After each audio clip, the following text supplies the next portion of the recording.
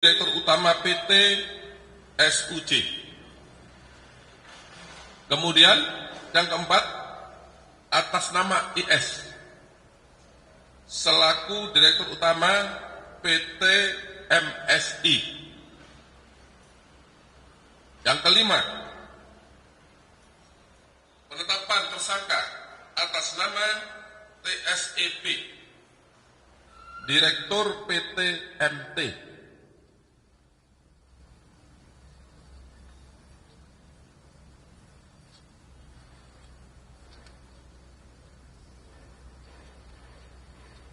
Kemudian tersangka atas nama HAT selaku Direktur PT DSI.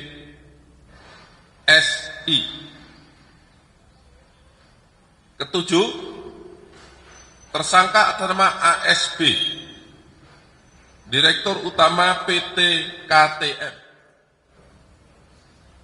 Kedelapan, atas nama HFH, Direktur Utama PT BMM. Dan yang terakhir, kesembilan, atas nama ES selaku Direktur PT PDSU. Jadi 9 orang yang telah ditetapkan sebagai tersangka oleh penyidik berdasarkan alat bukti yang cukup. Sedangkan kasus posisi terkait dengan perkara tersebut dapat saya sampaikan sebagai berikut. Pada tanggal 2 Mei 2015, berdasarkan rapat koordinasi antar kementerian, telah disimpulkan bahwa Indonesia mengalami surplus gula sehingga tidak membutuhkan impor gula. Akan tetapi, pada tahun 2015 tersebut, tersangka TWN selaku Direktur Utama PTAP mengajukan permohonan persetujuan impor roll sugar sebanyak 105.000 ton. Selanjutnya, Menteri Perdagangan saat itu tersangka TTL memberikan izin persetujuan impor gula kristal mentah sebanyak 105.000 ton kepada PTAP untuk dikelola dari gula kristal mentah menjadi gula kristal putih dengan surat persetujuan impor nomor 04.IP.15.0042 tanggal 12 Oktober 2015. Sesuai dengan keputusan Menteri Perdagangan dan Perindustrian nomor 527 tahun 2004, yang diperbolehkan impor gula kristal putih adalah hanya BUMN. Tetapi berdasarkan persetujuan impor yang dikeluarkan oleh tersangka TTL kepada PTAP adalah impor gula kristal mentah GKM. Kemudian gula kristal mentah tersebut dilakukan impor tidak melalui rapat koordinasi atau rakor dengan instansi terkait serta tanpa adanya rekomendasi dari Menteri Perindustrian guna mengetahui kebutuhan gula di dalam negeri. Pada tanggal 28 Desember 2015 telah dilakukan rapat koordinasi bidang perekonomian yang dihadiri oleh kementerian di bawah Kemenko Perekonomian, yang salah satu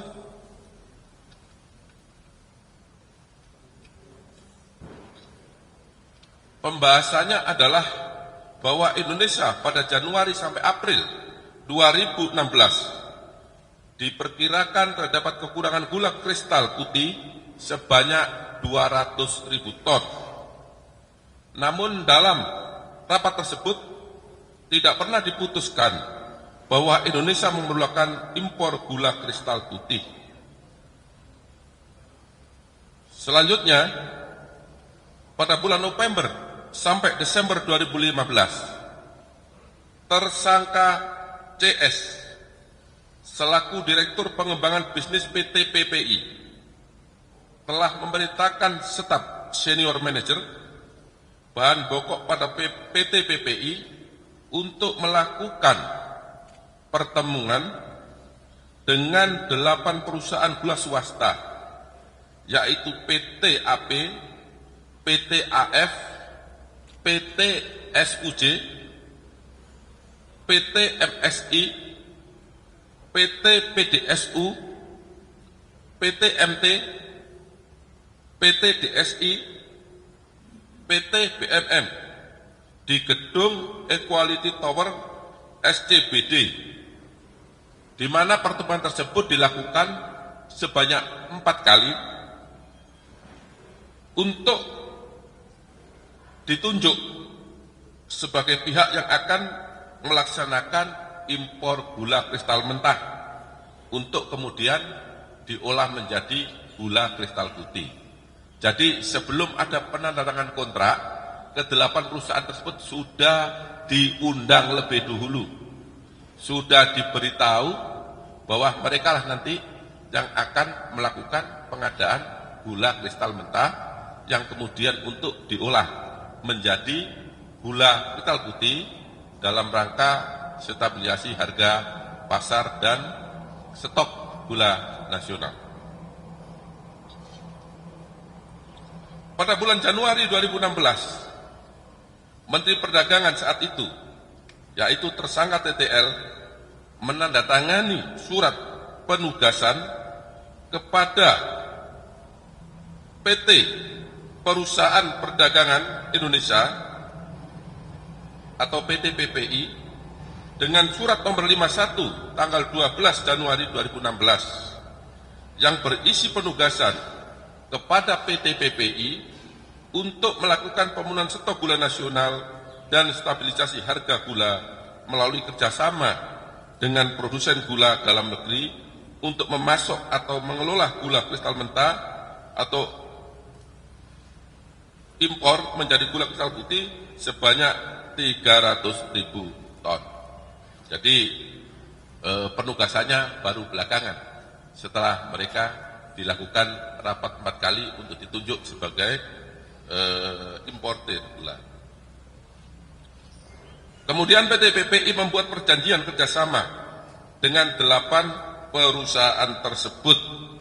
Padahal seharusnya dalam rangka pemenuhan stok gula dan stabilisasi harga gula di pasaran, yang diimpor adalah gula kristal putih secara langsung dan yang dapat melakukan impor adalah BUMN. Para teman-teman jurnalis yang saya hormati, selanjutnya dalam rangkaian tersebut Menteri Perdagangan Saudara TTL memerintahkan Saudara Karyanto Supri selaku Dirjen Perdagangan Luar Negeri untuk menerbitkan persetujuan impor gula kristal mentah untuk diolah menjadi gula kristal putih kepada 8 perusahaan swasta yang sudah ditunjuk, padahal dalam rangka pemenuhan stok dan stabilisasi harga seharusnya yang diimpor adalah gula kristal putih yang dilakukan impor secara langsung, dan yang dapat melakukan impor sebagaimana tadi saya katakan hanyalah badan usaha milik negara atau BUMN.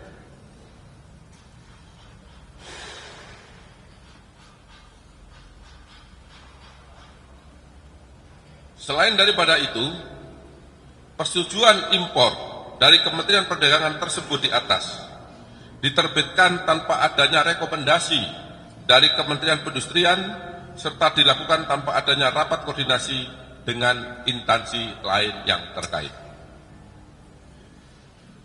Bahwa ke-8 perusahaan swasta yang mengelola GKM menjadi GKP tersebut, izin industrinya adalah produsen gula rafinasi.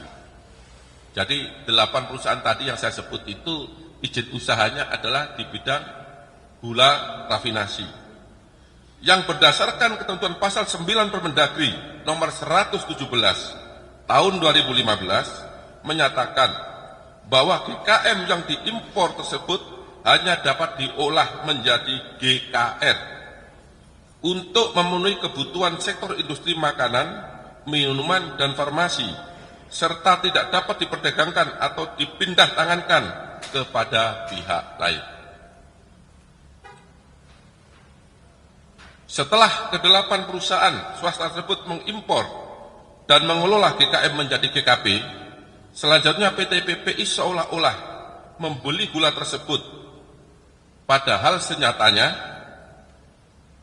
gula tersebut dijual oleh perusahaan swasta ke pasaran atau kepada masyarakat melalui distributor yang terafiliasi dengannya dengan harga 16.000 per kilogram, lebih tinggi daripada HET saat itu yang sebesar 13.000 per kilogram, dan penjualan tersebut tidak dilakukan melalui operasi pasar, tetapi dijual langsung di pasaran dengan harga pasar saat itu. Dari pengadaan dan penjualan GKM yang diolah menjadi GKP tersebut, PT PPI mendapatkan fee dari 8 perusahaan yang mengimpor dan mengolah GKM menjadi GKP sebesar Rp105 per kilogram. Kemudian, pada tanggal 8 Maret 2016, tersangka TWN selaku Direktur Utama PT AP mengajukan permohonan persetujuan impor roll sugar sebanyak 105.000 ton. Selanjutnya, atas permohonan tersebut, Menteri Perdagangan saat itu, yaitu tersangka TTL, pada tanggal dan hari yang sama, jadi permohonan dan persetujuan pada hari yang sama, langsung menerbitkan persetujuan impor gula kristal mentah untuk diolah menjadi gula kristal putih kepada PT AP sebanyak 105.000 ton. Dengan persetujuan impor nomor 04.P garis miring 169.16.25 tanggal 8 Maret 2016 tanpa melalui pembahasan Rakortas Kemenko Perekonomian yang menyetujui impor GKM tersebut untuk digunakan dalam operasi pasar atau stabilisasi harga gula. Bahwa pemberian persetujuan impor juga diberikan tanpa adanya rekomendasi dari Kementerian Perindustrian yang seharusnya sesuai ketentuan pasal 6 Permendagri 117 tahun 2015 yang merupakan salah satu syarat pengajuan permohonan persetujuan impor. Dan selain itu, berdasarkan pasal 4 junto pasal 5 ayat 2 Permendagri nomor 117 tahun 2015 dalam rangka stabilisasi harga gula, impor gula yang seharusnya dilakukan adalah impor gula kristal putih, dan pihak yang diperbolehkan untuk melakukan impor gula kristal putih adalah BUMN yang ditunjuk secara resmi oleh pemerintah. Selanjutnya, pada tanggal 8 April 2016, TWN selaku Direktur Utama PT AP mengajukan kembali permohonan persetujuan impor roll sugar sebanyak 157.500 ton. Selanjutnya, atas permohonan tersebut, Menteri Perdagangan saat itu, yaitu tersangka TTL, pada hari dan tanggal yang sama langsung menerbitkan persetujuan impor gula kristal mentah untuk diolah menjadi kristal putih. Jadi sama adanya di atas, permohonan dan persetujuan terbit dalam waktu 1 hari.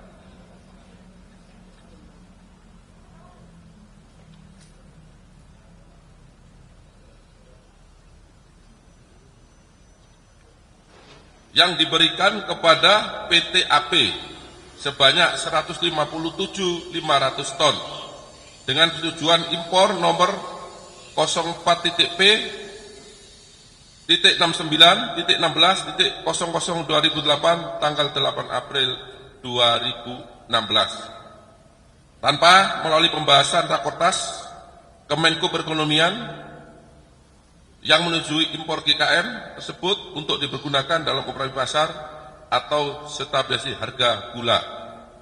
Bahwa pemberian persetujuan impor tersebut juga diberikan tanpa adanya rekomendasi dari Kementerian Perindustrian yang seharusnya sesuai dengan ketentuan pasal 6 Permendagri 117 tahun 2015 yang merupakan salah satu syarat pengajuan permohonan persetujuan impor.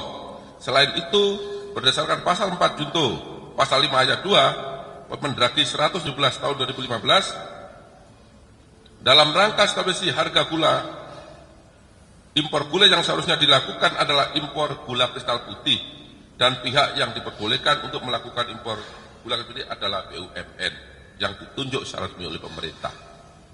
Jadi ini sama modusnya dengan yang lain yang di atas tadi.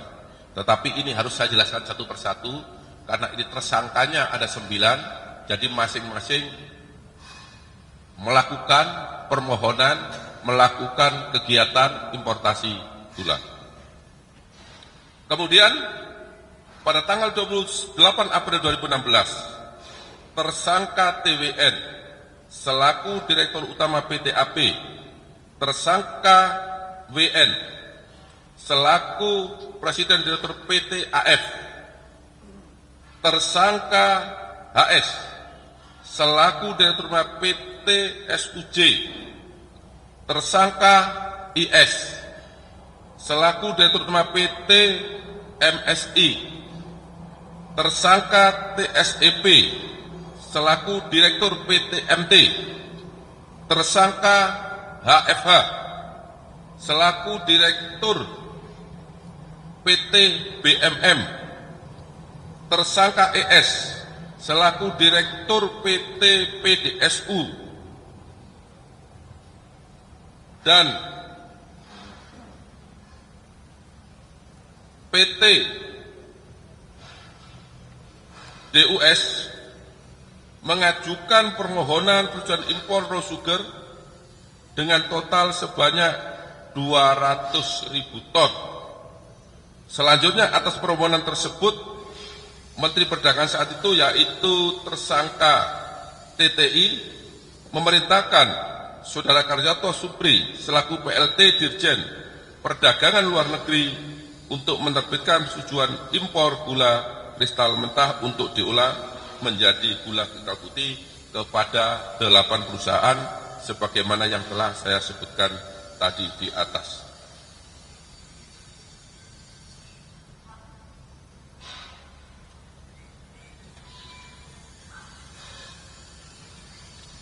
Selanjutnya, pada tanggal 7 Juni 2016, tersangka ASB selaku Direktur Utama PT KTM mengajukan permohonan persetujuan impor raw sugar sebanyak 110.000 ton.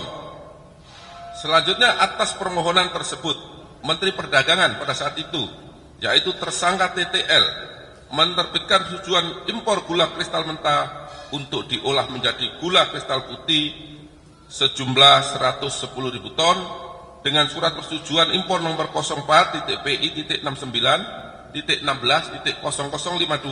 tanggal 14 Juni 2016 tanpa melalui pembahasan Rakortas Menteri Perekonomian yang menyetujui impor gula kristal mentah tersebut untuk digunakan dalam operasi pasar atau stabilisasi harga gula.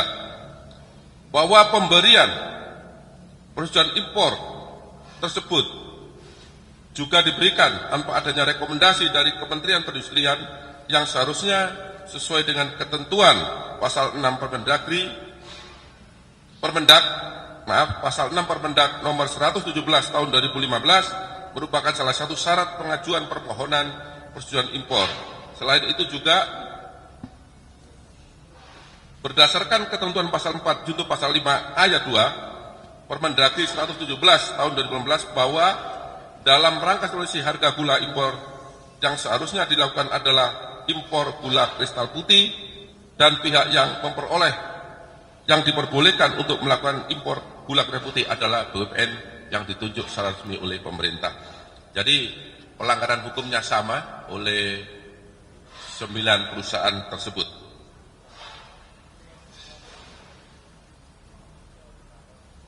Selanjutnya, yang terakhir, tanggal 29 Juni 2016, tersangka HFH selaku Direktur Utama PT BMM memerintahkan Alberti J.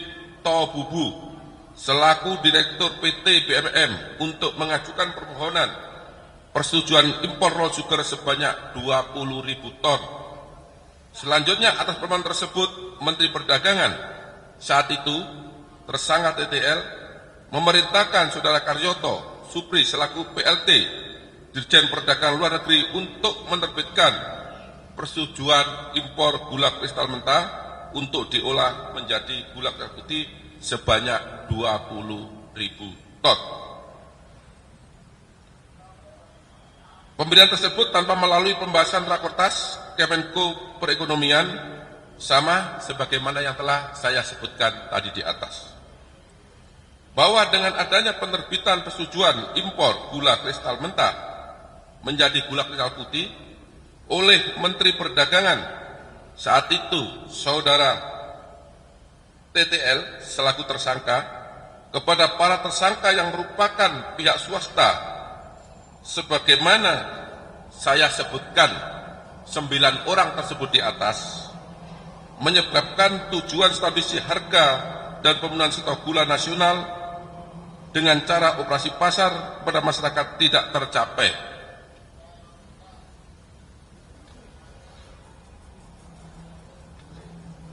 Namun justru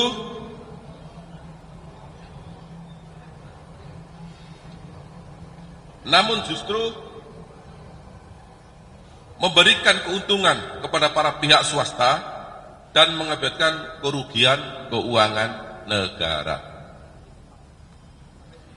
Pasal yang disangkakan kepada para tersangka yaitu pasal 2 ayat 1 dan pasal 3 junto pasal 18 Undang-Undang Republik Indonesia nomor 31 tahun 1999 tentang pemberantasan tindak pidana korupsi sebagaimana diubah dengan Undang-Undang nomor 20 tahun 2001 junto pasal 55 ayat 1 ke 1 Kitab Undang-Undang Hukum Pidana.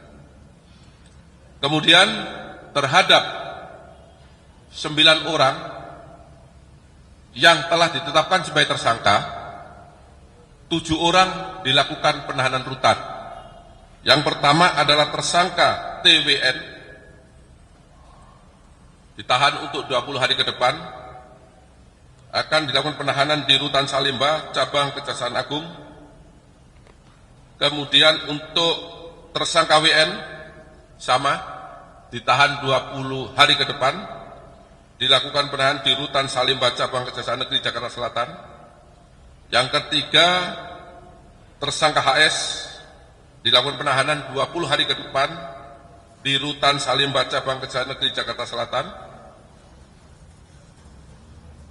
Kemudian yang keempat, tersangka IS ditahan 20 hari ke depan, dilakukan penahanan di Rutan Salemba, Cabang Kejaksaan Negeri Jakarta Selatan. Kemudian tersangka TSEP dilakukan penahanan selama 20 hari ke depan di Rutan Salemba, Cabang Kejaksaan Agung Republik Indonesia. Kemudian keenam, tersangka HFH ditahan 20 hari ke depan di Rutan Salemba, Cabang Kejaksaan Negeri Jakarta Selatan. Dan yang terakhir, ketujuh, yaitu atas nama ES, ditahan 20 hari ke depan di Rutan Salemba, Cabang Kejaksaan Agung Republik Indonesia. Sedangkan untuk 2 tersangka yang telah dipanggil dengan patut, hari ini tidak hadir, yaitu atas nama tersangka HAT dan atas nama ASB, saat ini dilakukan pencarian oleh tim penyidik untuk diketahui, untuk dicari di mana mereka saat ini. Demikian yang dapat saya sampaikan perkembangan penanganan penyidikan terkait dugaan tindak pidana korupsi impor gula pada Kementerian Perdagangan Republik Indonesia.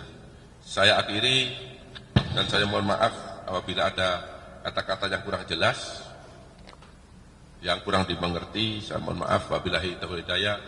Wassalamualaikum warahmatullahi wabarakatuh. Waalaikumsalam warahmatullahi wabarakatuh. Rekan-rekan media, barangkali sebelum sesi tanya jawab, memang kasus posisinya agak panjang karena dari 9 tersangka yang ditetapkan tentu memiliki peran yang berbeda-beda sesuai dengan kapasitasnya dan sesuai dari pihak mana mereka datang, karena semua mewakili korporasi, ya. Kemudian yang kedua, supaya tidak salah kutip, tadi ada terbaca TTI yang seharusnya itu adalah TTL, dan yang ketiga ada juga terbaca Kemendagri, seharusnya itu adalah keputusan Menteri Perdagangan. Cuman karena ada RI-nya jadi biar agak lancar, ya, supaya tidak salah kutip. Nanti terkait pula dengan instansi lain, ya. Ini semua terkait dengan Kementerian Perdagangan. Saya kira itu beberapa klarifikasi, dan selanjutnya kami persilakan kalau ada beberapa pertanyaan seputar terkait dengan penetapan tersangka dan penahanan ini, kami persilakan. Silakan. Mike.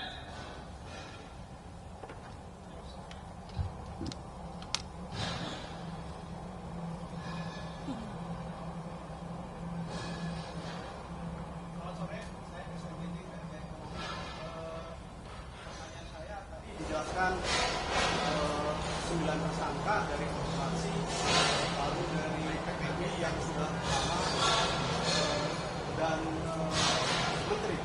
Nah, pertanyaan saya, tadi pejabat teknis di perdagangan seperti Dirjen Dayu, lalu yang tidak disinggung Direktur Impor. Nah, posisi mereka apa dalam perkara ini? Kan tidak mungkin menteri bekerja sendiri tanpa ada pejabat teknisnya. Terima kasih. Langsung, silakan. Ya, terima kasih pertanyaannya. Bahwa sesuai yang telah saya sampaikan tadi di depan, bahwa 9 tersangka ini adalah dari perusahaan yang melakukan importasi gula, di mana tadi gula kristal mentah kemudian diolah menjadi gula kristal putih, ya. Yang secara lengkap tadi sudah saya jelaskan. Apakah kemudian ada peran? Kan begitu pertanyaannya. Ada peran yang lain, termasuk dari Kementerian Perdagangan. Semua saksi kami sudah lebih dari 70, mungkin hampir 80 saksi. Sudah kita minta keterangan, termasuk peran masing-masing para saksi. Baik yang secara langsung terkait dengan perkara ini maupun yang hanya mengetahui atau melihat atau mendengar. Sudah barang tentu di sana kami teliti apakah terhadap para saksi ini layak untuk dimintai pertanggungjawaban pidana. Ketika alat bukti yang cukup, ya saya ulangi ya, ketika cukup alat bukti, ditemukan alat bukti yang cukup minimal 2 alat bukti, maka pasti penyidik akan melakukan permintaan pertanggungjawaban. Tentu dengan penetapan tersangka, ya. Tapi kalau belum, ya tentu kami tidak akan masuk ke sana. Tetapi tunggu saja, teman-teman wartawan, jurnalis, ketika itu ada pasti akan kita tindak lanjuti sesuai dengan apa fakta yang ditemukan, ya. Saya rasa itu jawabannya. Saya kira jelas, ya. Jadi kita lihat adanya kecukupan alat bukti, adanya bukti permulaan yang cukup. Ada yang lain? Dari mana nih? Silakan.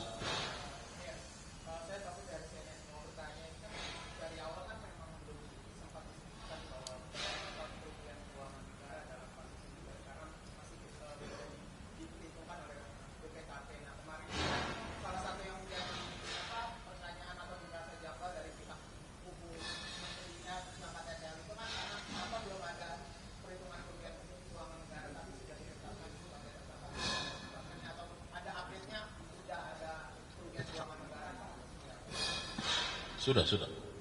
Silakan Pak Dir. Baik. Biar jelas.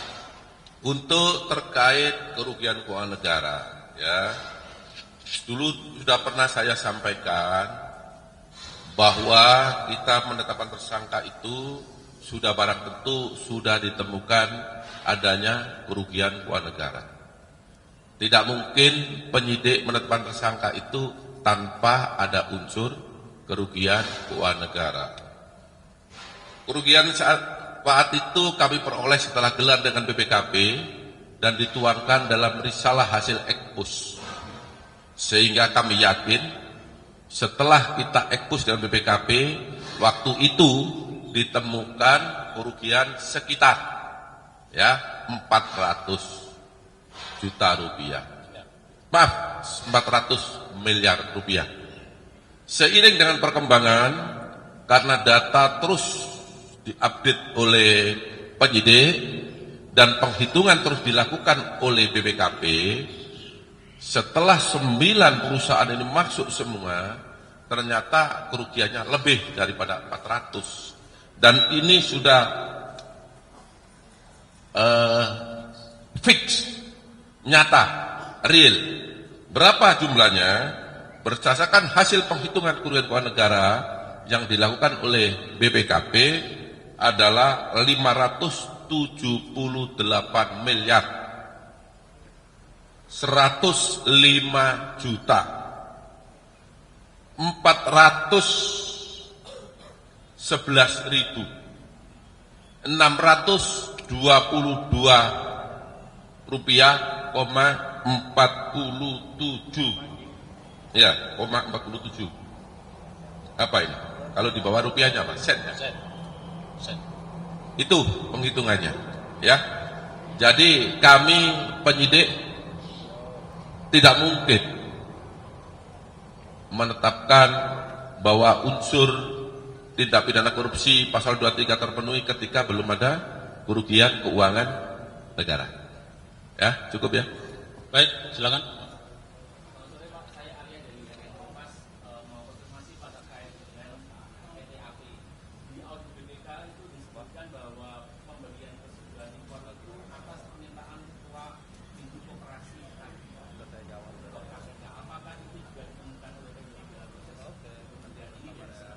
Ya, jadi semua data keterangan sudah didapat oleh penyidik. Detailnya seperti apa nanti kita lihat di persidangan, ya. Kami tidak mau semua kita sampaikan karena ini penyidikan sedang berjalan, apalagi setelah ditetapkan sebagai tersangka. Nanti kita sama-sama A sampai Z-nya itu di depan persidangan. Tentu teman-teman wartawan pasti tahu dan melihat semua nanti, ya. Silakan. Silakan, yang lain. Ya.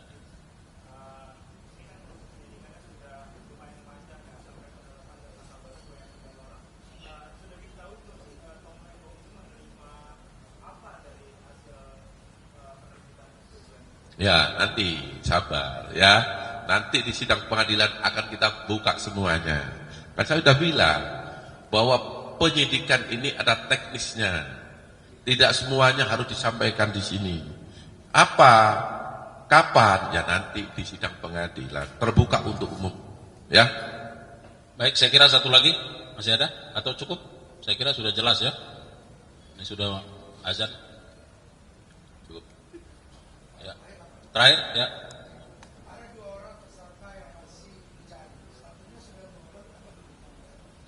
Status yang dua. Ya, tadi saya katakan bahwa penetapan tersangka 9. Berarti 9 sudah sebagai tersangka mulai saat ini. Kemudian 2 sudah dipanggil dengan patut tetapi tidak hadir. Ini sedang dicari, ya, dicari di mana dia berada oleh tim penyidik. Kalau nanti sudah didapat, pasti teman-teman wartawan kita kasih tahu. Sabar, ya. Sudah. 9-9-nya sudah dilakukan check-up 1 minggu yang lalu. Ya, cukup ya. Saya kira baik ya. Demikian, terima kasih kepada rekan-rekan media. Mudah-mudahan informasi ini bisa menambah hasanah kita dalam mendalami penanganan perkara ini, dan kami terus berterima kasih